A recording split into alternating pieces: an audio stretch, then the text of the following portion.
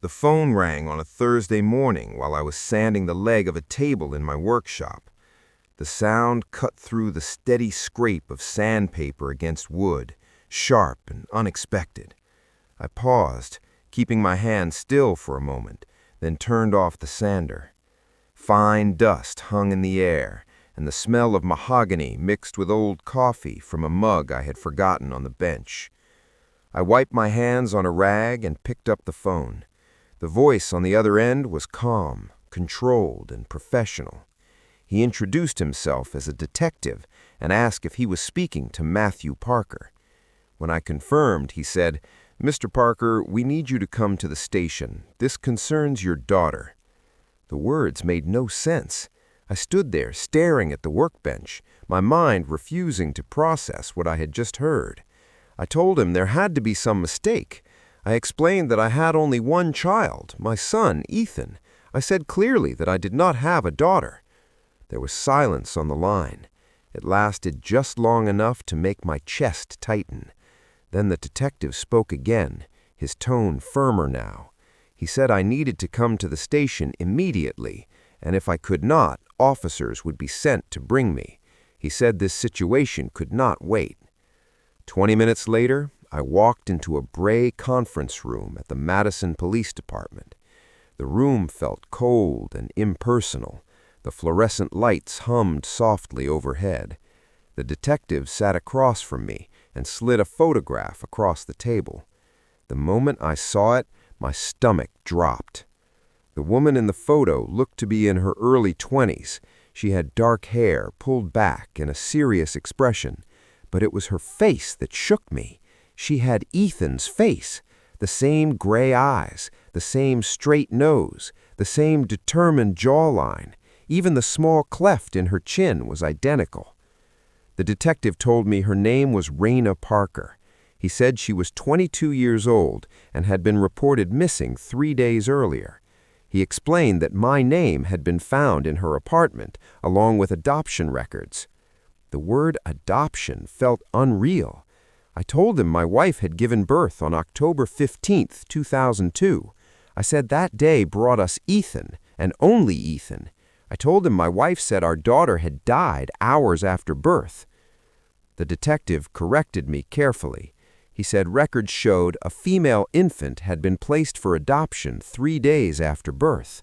A couple named James and Linda Cooper from Nebraska had raised her. I felt like the floor had vanished beneath me. 22 years. I had lived 22 years believing my daughter was dead, and she had been alive the entire time. The detective continued. He said Raina's apartment showed signs of a struggle. Her phone and laptop were missing. A journal had been recovered documenting her search for her biological family. The last entry mentioned meeting someone named Savannah Sheffield. The name hit me hard. I said Savannah Bradford was my ex-wife. She had left when Ethan was only 3 months old.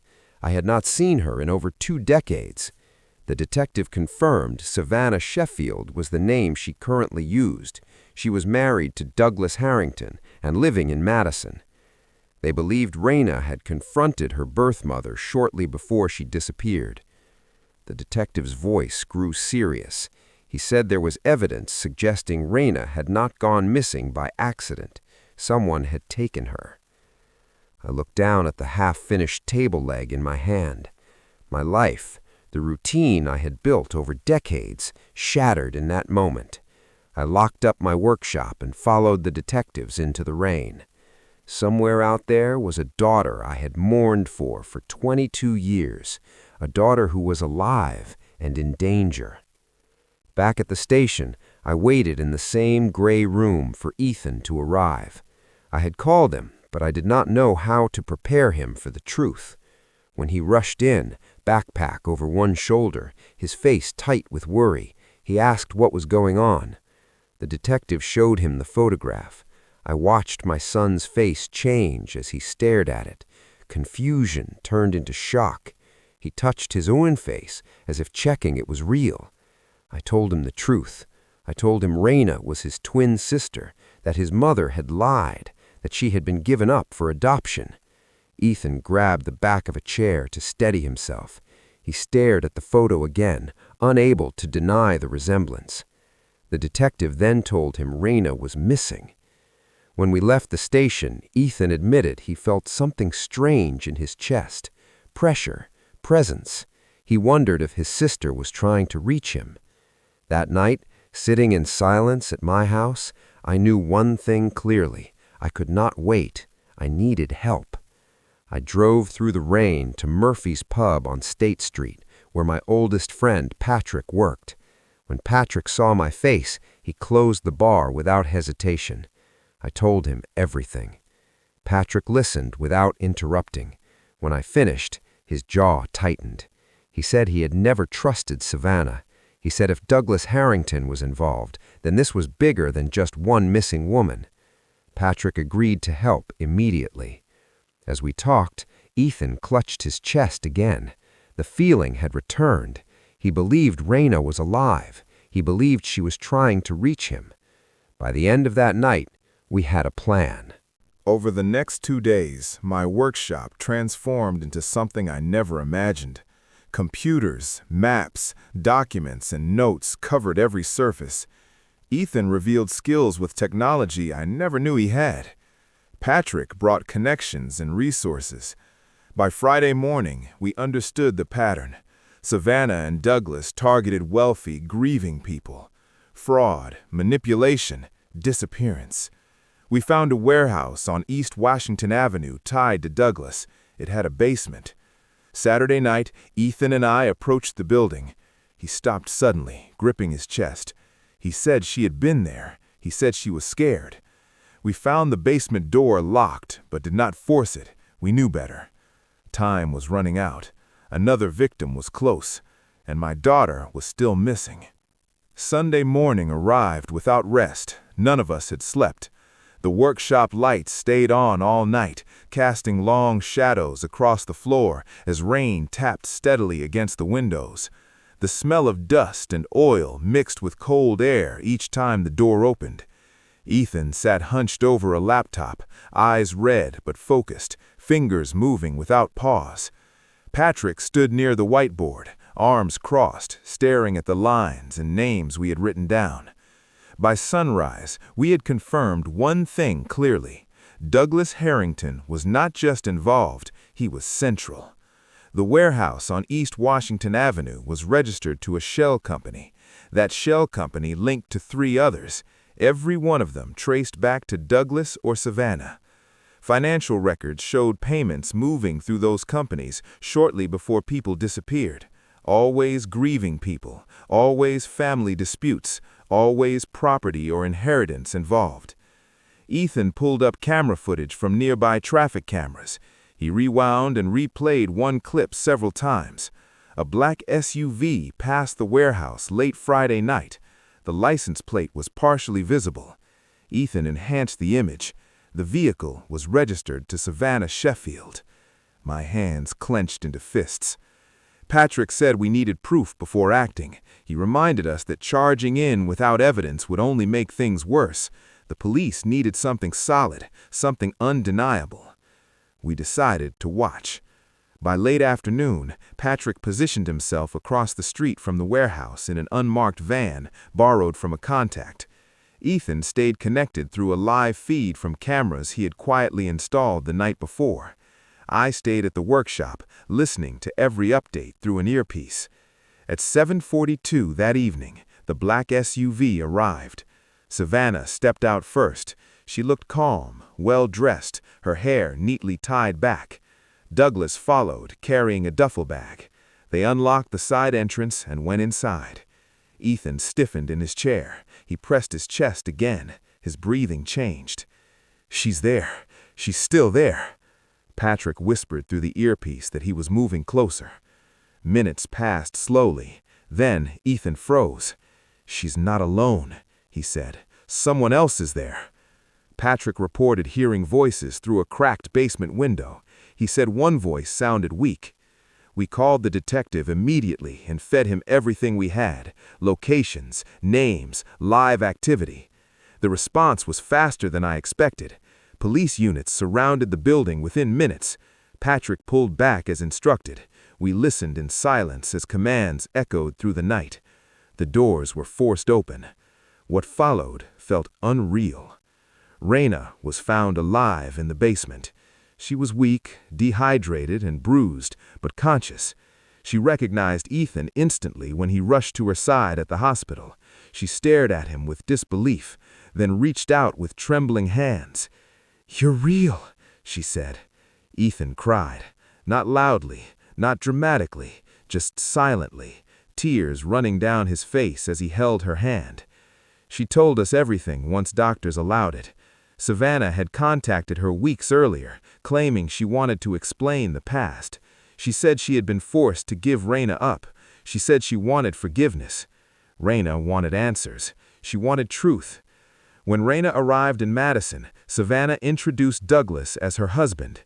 They talked about reconnecting, about family, about money that was rightfully hers. Then Savannah drugged her tea. They kept Raina locked in the basement, trying to force her to sign documents transferring inheritance money left by her adoptive grandparents.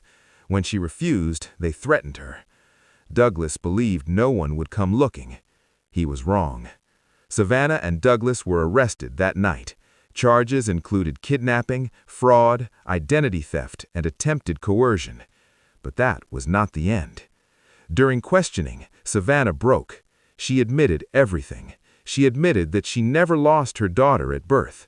She said she chose to keep Ethan because Douglas wanted a son. She said Raina was inconvenient. She said giving her away was easier.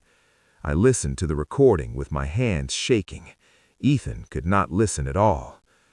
Raina stayed at my house during recovery. She moved carefully, quietly, unsure where she belonged. I told her she belonged here, that this was her home if she wanted it to be. One evening, as we sat at the kitchen table, she asked me why I never searched for her. I told her the truth. I told her I believed she had died. I told her I mourned her every year. I told her I would have searched forever if I had known.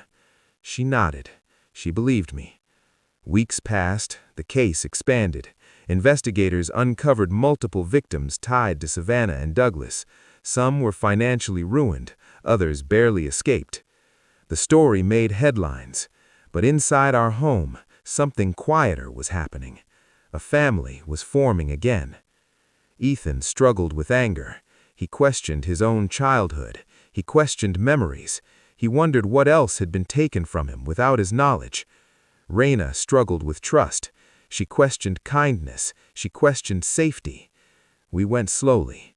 One night, Raina asked about her mother. I told her Savannah was not her mother. I said a mother protects. I said a mother does not sell her child. Raina smiled faintly at that.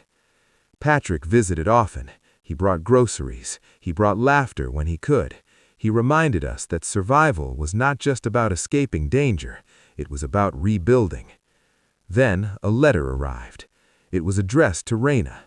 The return address was the county jail. Savannah wanted to speak. Raina stared at the envelope for a long time. She asked me what she thought she should do. I told her the decision was hers. She opened the letter. Savannah wrote about regret, about mistakes, about wanting forgiveness, about family. Raina folded the letter carefully and placed it back into the envelope. She said nothing. The trial date was set. And the truth was about to be spoken aloud. The courthouse felt colder than the winter air outside. The stone walls held no warmth, no comfort, only silence and waiting. Raina sat between Ethan and me, her hands folded tightly in her lap. She wore a simple coat, nothing flashy, nothing meant to draw attention. She did not want eyes on her. She wanted closure. Savannah Sheffield was brought into the courtroom in handcuffs. She did not look at us at first. Douglas Harrington followed, his face pale, his confidence gone. The people they once controlled now filled the benches behind us. Other victims, other families, other stories connected by lies. When Savannah finally looked up, her eyes landed on Raina. For a moment, something crossed her face. not love, not sorrow, something closer to fear. The prosecutor laid out the case piece by piece: documents, bank records, recorded conversations, testimony from victims who had lost homes, savings, and trust. Each word stripped Savannah and Douglas of the masks they had worn for years. Then Raina was called to testify. She walked to the stand slowly. Her voice shook at first, but she did not stop. She spoke about the tea, about waking up in the basement, about the locked door, about Savannah standing over her, calm and cold, telling her this was for the family. Raina said that was the moment she understood the truth, that Savannah never wanted a family. She wanted control. The courtroom was silent when Raina finished. Savannah cried when she was questioned. She spoke about pressure, about fear, about doing what she thought was necessary. The judge listened, the jury listened, but excuses did not change facts. The verdict came quickly: guilty on all counts. Savannah Sheffield and Douglas Harrington were sentenced to long prison terms. There were no dramatic reactions, no shouting, just finality. Outside the courthouse, reporters waited, cameras flashed, questions flew. We walked past them without stopping. At home that night, Raina sat at the kitchen table with Ethan. They talked quietly, sharing stories they should have shared years ago. Childhood memories, small details, favorite foods, first fears. I watched them and felt something I had not felt in decades: peace. Months passed. The house changed. Laughter returned in small, careful steps. Raina enrolled in classes again. Ethan graduated and started working full-time. Patrick visited less often, knowing we no longer needed protection. One evening, Raina brought up her last name. She asked if she could keep Parker. I told her it was already hers. She smiled fully for the first time. Savannah never wrote again. Even if she had, the door was closed. Justice had been served, not with revenge, but with truth. And our family, once broken by betrayal, was finally whole.